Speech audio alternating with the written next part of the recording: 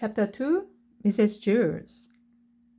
Mrs. Jewls had a terribly nice face. She stood at the bottom of Wayside School and looked up. She was supposed to teach the class on the 30th story. The children on the 30th story were scared. They had never told anybody what had happened to Mrs. Goff. They hadn't had a teacher for 3 days. They were afraid of what their new teacher would be like. They had heard she'd be a terribly nice teacher. They had never had a nice teacher. They were terribly afraid of nice teachers. Mrs. Jewls walked up the winding, creaking staircase to the 30th story. She was also afraid. She was afraid of the children. She had heard that they would be horribly cute children. She had never taught cute children. She was horribly afraid of cute children. She opened the door to the classroom. She was terribly nice. The children could tell just by looking at her. Mrs. Jewls looked at the children. They were horribly cute. In fact, they were much too cute to be children. "I don't believe it," said Mrs. Jewls. "It's a room full of monkeys." The children looked at each other.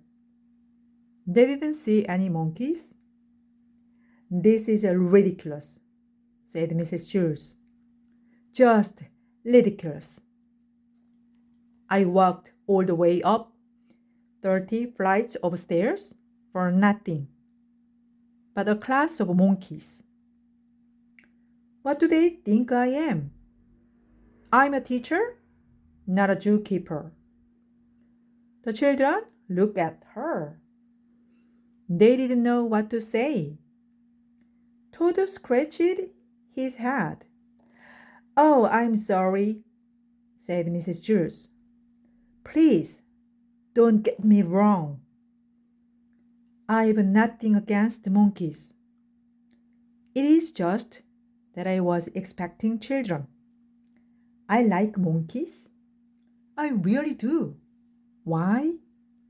I'm sure we can play all kinds of monkey games." "What are you talking about?" asked Todd. Mrs. Jewls really fell off her chair. "Well, what do you know? A talking monkey? Tomorrow, I will bring you a banana." "My name is Todd," said Todd. The children were flabbergasted. They all raised their hands. "I'm sorry," said Mrs. Jewls, "but I don't have enough bananas for all of you. I didn't expect this. Next week, I will bring in a whole basket." "I don't want a banana," said Carbin. "I'm not a monkey." "Would you like a peanut?" asked Mrs. Jewls. "I think I might have a bag of peanuts in my purse. Wait a second. Ah, yes. Here it is." "Thanks," said Carbin. Carbin liked the peanuts. Allison stood up.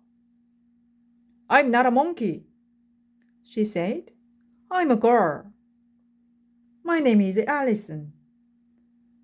And so is everybody else." Mrs. Jewls was shocked. "Do you mean to tell me that every monkey in here is named Allison?" "No," said Jenny. "She means we are all children. My name is Jenny." No, said Mrs. Jewls. You are much too cute to be a children. Jason raised his hand. Yes, said Mrs. Jewls. The chimpanzee in the red shirt? My name is Jason, said Jason. And I'm not a chimpanzee. You are too small to be a gorilla, said Mrs. Jewls. I'm a boy, said Jason. You are not a monkey? Asked Mrs. Jewls. No, said Jason.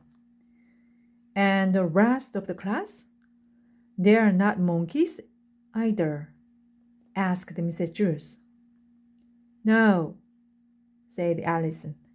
That is what we've been trying to tell you. Are you sure? Asked Mrs. Jewls. We'd know if we were monkeys, wouldn't we?